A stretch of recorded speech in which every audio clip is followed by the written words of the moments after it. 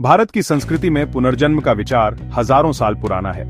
हिंदू, बौद्ध, जैन और सिख धर्मों में ये विश्वास है कि आत्मा अमर होती है और शरीर केवल एक पोशाक की तरह होता है।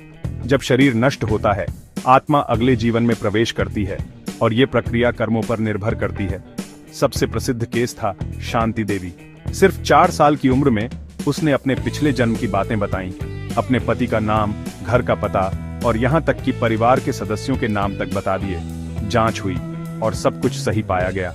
लेकिन क्या विज्ञान इसे मानता है?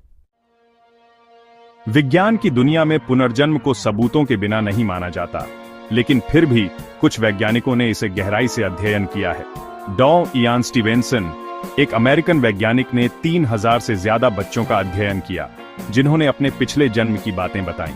उन्होंने देखा कि कुछ बच्चों के जन्म चिन्ह और यादें उनके बताए पुराने जीवन से मेल खाती थीं, परंतु विज्ञान इसे मात्र संयोग या कल्पना मानता है। लेकिन सवाल अब भी बना हुआ है, अगर आत्मा का पुनर्जन्म न हो पाए तो क्या विज्ञान या तकनीक से इसे संभव बनाया जा सकता है?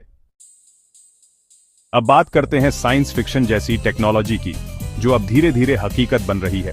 डिजिटल अमृता एक ऐसी तकनीक पर काम हो रहा है जिसमें इंसान अपने दिमाग की पूरी जानकारी, जैसे यादें, व्यक्तित्व और सोच, एक कंप्यूटर में अपलोड कर सके।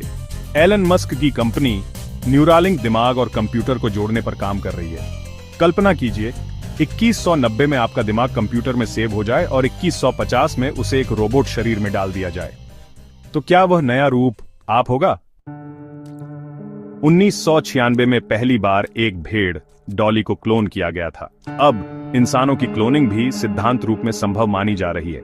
अगर किसी इंसान का डीएनए, उसका दिमाग और उसकी सारी यादें रिकॉर्ड कर ली जाएं और भविष्य में उसका एक नया क्लोन तैयार किया जाए, तो क्या वो इंसान दोबारा जन्म ले लेगा? लेकिन ध्यान रहे, क्लोन सिर्फ शरीर हो सकता है, आत्मा नहीं।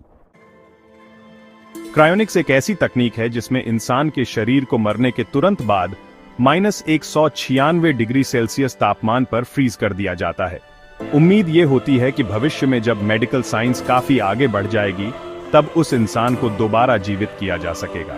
अमेरिका में कई अरबपति जैसे पीटर थील ने अपने शरीर या मस्तिष्क को क्रायो फ्रीज करवा रखा है। क्या यह भी पुनर्जन्म का एक रूप हो सकता है? क्वांटम फिजिक्स में एक थ्योरी है, मल्टीवर्स थ्योरी। इसके अनुसार हर बार जब आप कोई निर्णय लेते हैं, एक नया ब्रह्मांड बनता है। हर ब्रह्मांड में आपका एक अलग वर्जन मौजूद होता है। अब सवाल यह उठता है, अगर इस दुनिया में आप मर जाएं, तो क्या दूसरे यूनिवर्स में आप जीवित रह सकते हैं? ये सोच थोड़ी डरावनी भी है और रोमांचक भी। अब सवाल यह है, क्या पुनर्जन्म सच में संभव है? धर्म कहता है आत्मा अमर है और कर्मों के आधार पर वो नया शरीर पाती है। विज्ञान कहता है जब तक ठोस सबूत न हो, कुछ भी नहीं माना जा सकता। भविष्य की तकनीक कहती है इंसान को दोबारा बनाने के रास्ते खुलते जा रहे हैं। शायद पुनर्जन्म किसी मंदिर में नहीं, बल्कि कंप्यूटर लैब में हो।